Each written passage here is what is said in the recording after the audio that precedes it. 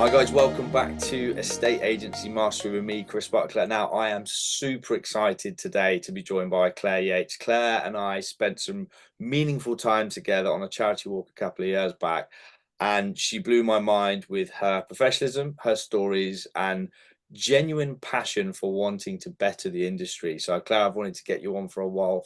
Thank you for coming on.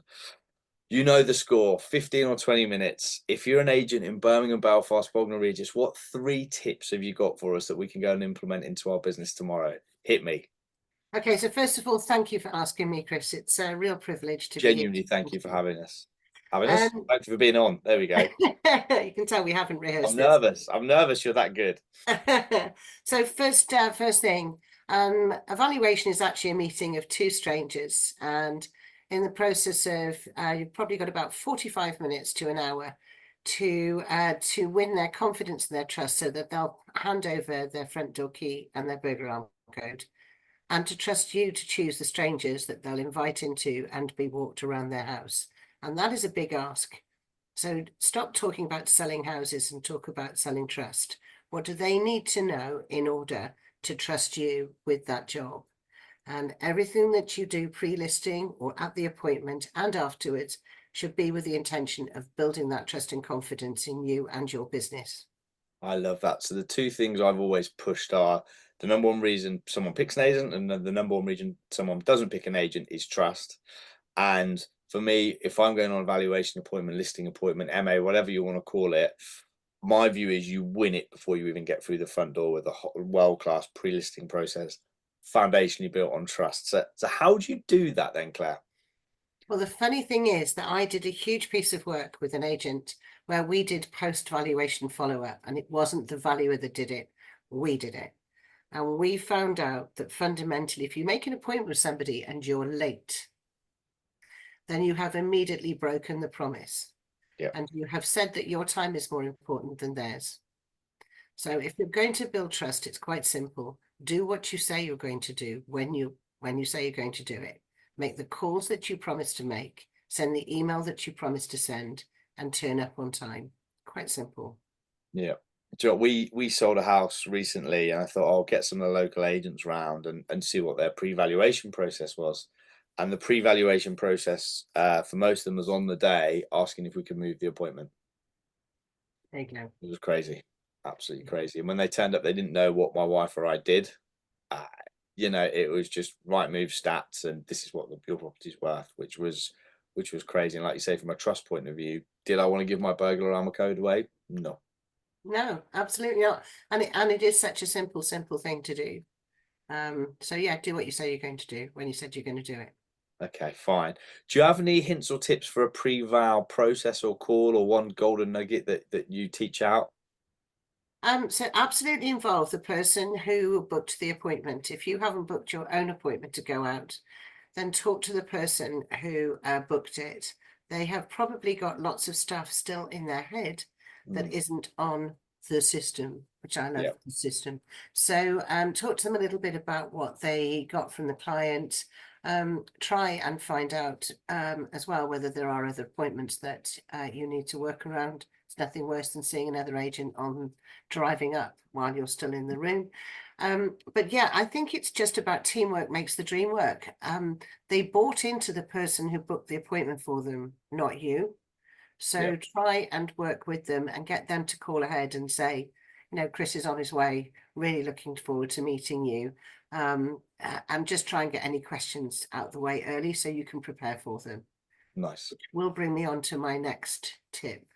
Well, we're doing perfectly on time, so right on cue. Claire, what's step two? Step two is ask sellers how they will choose their agent before you go out. So apart from the fee that we're going to quote you and the price that we think your house will sell for, how will you choose your agent? Because then you can present based on what they're looking for as opposed to what you think they might want to hear. So there's that last sentence. Can you say it again, please? You present based on what they're looking for as opposed to what you think they may want to hear. Yeah, I love that. I love that. We offer a slightly different alternative, and that is, have you ever sold a house before? If so, can you tell me about the process?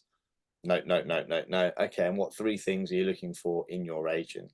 And then integrity, communication, on time. Pretty much those are the standard.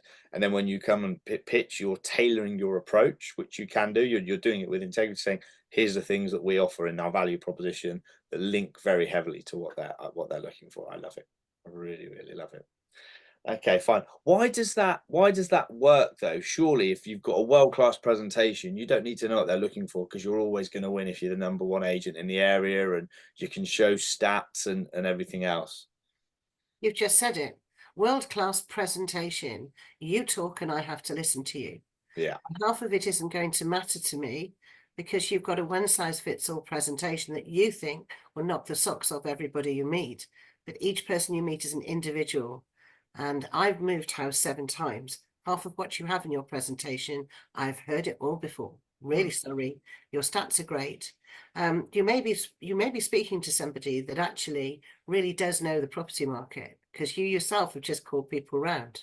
Yeah. So you have to be really careful that you know who you're presenting to. So why not just have a conversation about what matters to them? Yeah. Because that could be the winning conversation as opposed to the one that sounds like everybody else.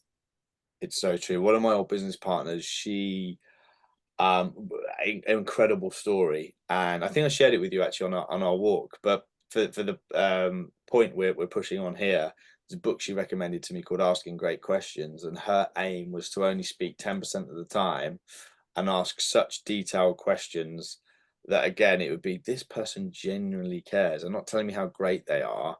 They want to move us from A to B. They understand the rationale of, we have to move by a certain date to get little Jimmy into that school. They also understand the work commit, and that they've built a picture of us. And she'd say to me, fee had never come into play. Like, it was so good because of the questions, rather than walking in going, this is what we do. We are great. We will help you move. When was it you needed to move again by? Was it the September? Very, very different approach. Yeah, and it makes people feel special.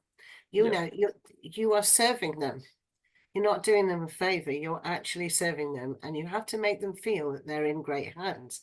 And the only way they'll feel that they're in great hands is if you understand what you want them, they want you to do.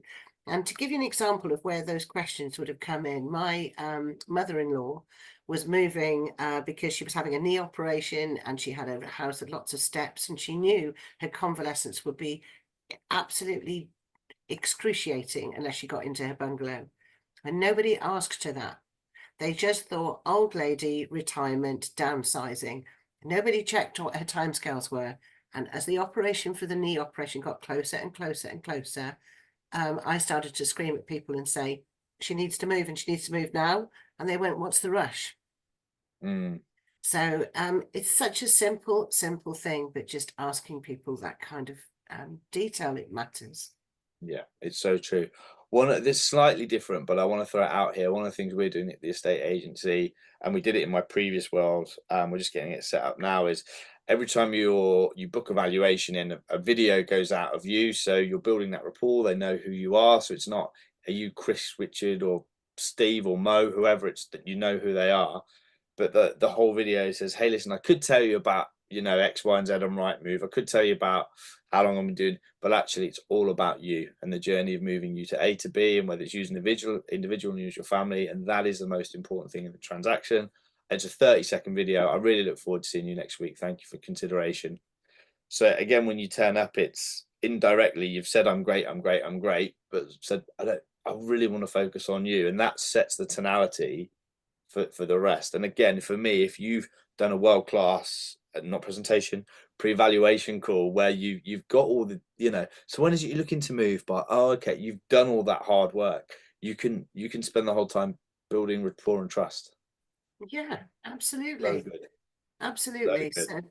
So yeah. So the last thing is stories. Tell stories. Tell your story. Tell your story about why you got into agency, why it matters to you that you help people move. Talk about a client like them that's looking to do what they did and how it happened. Be honest. I mean, don't promise them the world and say it's all going to be straightforward. Talk to them sometimes about the challenges. Lots of people say, are you going to give us viewings feedback? Show me an agent that has managed to get 100% of viewings feedback Mm. back. Yeah. The fact is, it's the one thing we promise to do, and we can't actually promise because we rely on others to do it. So tell them and say, we carefully vet the people that we want to see. And this is how we do it. And here's the story of how it happened. And this is how we found Mrs. Miggins to buy Clare Yates' house. But don't just keep promising the same old, same old. Tell stories that matter. Mm. But don't tell lies as in stories, tell real stories. Mhm. Um, so Yeah. my favourite move was about a couple who he was a German Jew from the Second World War who was a refugee, and she was a university lecturer in Oxford. And they tried to move every year for 10 years, and each year they got cold feet. And just before they moved, he had a really bad fall, and she was quite badly disabled. And they were about to call the whole move off. And I said, "This is exactly why you're moving, and I'm determined to help you." The solicitor and I went round to the house every day. We helped them pack up. We moved them into their apartment. We had a gin and tonic with them pretty much every week for about the next 6 weeks. And they told everybody about how we helped them. And that was the reason that I stayed in agency when I could have found other part-time jobs. So just even listening to that, right? I don't care what your fee is. Like agents get so het up on fee. Going back to your first point, do I trust Claire? You've told me that, and I'm genuinely sitting there going, it doesn't matter how flashy or great the other agent is. Um, I trust you so much, right? And it's so true. So I unfortunately lost my grandmother, and I had to look after a property with probate, and it was just horrific. Now I'm not. You've met me, Claire. I'm not an aggressive guy, right? And I remember going around to the agent, and I'd retaken the photos and done the description because he said the first couple of weeks on Rightmove are great. And I said to him, "Listen, I'm fed up of emailing them. Can you just do it now?" And he said to me, "I don't know how to use that Rightmove. I'll have to wait till secretary gets back." And I just went, "Give me the keys." And I vowed that day that if I ever set up an estate agency, I'd be so genuine. I'd never let that happen to anyone. And I Mm. thought, if that's happening to me at a point where I'm having to bury my grandmother and it's a horrific process, how, how do these people do like operate when people are going through stress, divorce? And I thought, bang. And that's my why. Again, I share it slightly differently, but people go, whoa, okay, this really means something to him. And it genuinely does. Like, I know it's stressful, I know it's tough, but it's one of the biggest things you'll do in your life, or 7 times in your case, right? You want someone that genuinely does care. And I think that's how you connect. So you're so true, Claire. Go back to, why did you get an agency? Who have you helped? What's your why? And really story tell. Again, don't make it up, do it with integrity, so that person can connect with you and see how genuine you are. And there's no other agents don't do that over here. They just don't do So I do have a thing called the NAN test, and it's nothing to do with Indian bread. It it. says, is this service good enough for your Nan? And if you're going to send a complete stranger round to Nan's house and not do an accompanied viewing, what does Nan need to know that it's okay to open the door and let them in? Mm. And if you wouldn't send that person round to see Nan unaccompanied, then don't do it. Everybody's entitled to that service, not just your Nan. So I think that we've forgotten sometimes about how people feel when they're opening the door to complete strangers, including us, and that we are now casing their joint and looking around their home, and it's private. I have a very, very real issue with unaccompanied viewings, but that is not for this podcast. That's for another day. But that's so true, right? And again, even studying that to the NAN test, right? Um, so true. Okay, brilliant. Do you know what this podcast for me are 3 tips that are simple, but if you are listening to this as an agent and you note them down and you take action, I don't like KPIs and talking about it. But if you really believe in what we've just talked about for the last 15 minutes and you go and implement that into your pre-valuation, your valuation process, your conversions will skyrocket.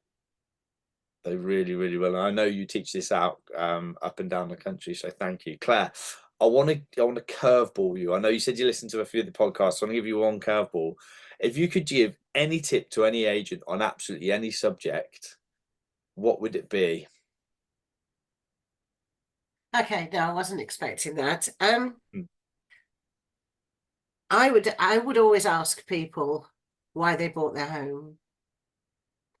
So there's always a story behind that. Yeah, And quite often you can use that story to sell that home to somebody else. Sometimes it's the best we could afford. We're first time buyers, and it was to give us a foot on the ladder. And even telling that to somebody else means something.